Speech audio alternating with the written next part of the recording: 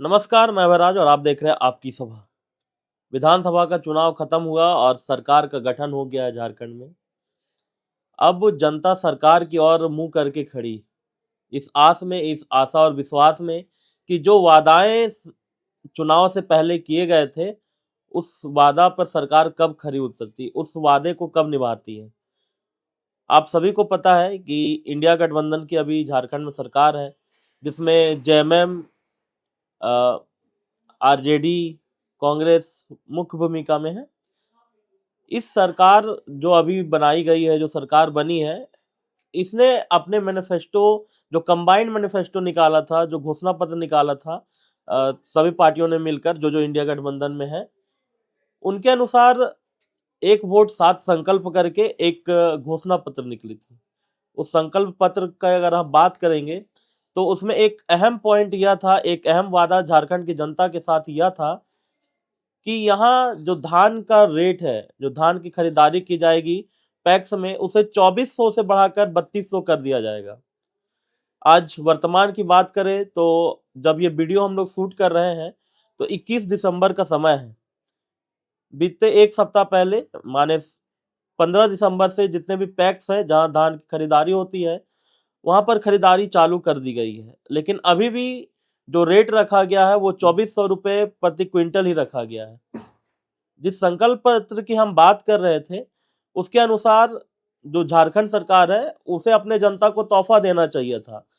किसानी प्रधान हमारा प्रदेश है, बहुत ही मुश्किल से लोग यहाँ धान की उपज करते हैं, धान उपजाते हैं, और आपने उनके भावनाओं के साथ कहीं न कहीं खिलवाड़ किया है। आपने ये वादा किया कि हम 3200 रुपये प्रति क्विंटल धान की कीमत देंगे, या आप ये माने, या आपकी जनता, झारखंड की जनता ये मान ले कि वो महज एक चुनावी जुमला था। अगर 3200 रुपये क्विंटल आपको करना ही था, तो जिस परिचय सत्र में आपने विधानसभा का जो सत्र बुलाया था, उसमें कई मुद्दों पर बहस हुई। तो आपने इससे क्यों ज़रूरी नहीं समझा कि इसे पारित किया जाए, 3200 कर दिया जाए? इससे आप, जब आप मैया सम्मान योजना देने की बात करते हैं, जब आप फ्री में पैसे देने की बात करते हैं, तो उस किसान की जो अनाज है, उसकी सही कीमत आप क्यों नहीं देना चाहते हैं? सवाल ये है, सवाल जनता आपसे ज़रूर पूछेगी। आगे ये देखना होगा, लेकिन जब दोबारा यह सत्र लगेगा विधानसभा का, तब तक हमारे जो किसान भाई हैं, उनका समय निकल गया होगा। वे लगातार अपने धानों को बेच रहे हैं। कई लोग पैक्स में जाकर बेच रहे हैं और कई लोग बाहर व्यापारियों को, मतलब ओपन जो मार्केट है वहाँ व्यापारियों को बहुत ही कम रेट में बेच रहे हैं। ऐसा करना उनके लिए मजबूरी है। जब आप पैक्स की बात करते हैं तो पैक्स एक बहुत लंबी समय में उनको भुगतान करता है उनके अनाज की कीमत को। इसीलिए मजबूरन वो बिचौलियों को, ओपन मार्केट जो व्यापारी हैं, उन्हें अपने धान को बेचने में ये मजबूरी है, लेकिन वो बेच ही रहे हैं।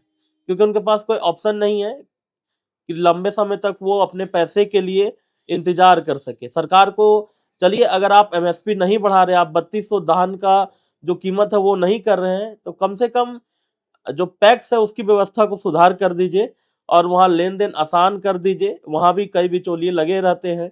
इन सभी चीज़ों पर सरकार को ध्यान देना चाहिए। जब आप आदिवासी, मूलवासी की सरकार की दम भरते हैं, तो आपको अपने झारखंड वासियों को, अपने मूल वासियों को, अपने आदिवासी भाई-बहनों की मेहनत की कीमत ज़रूर होना चाहिए।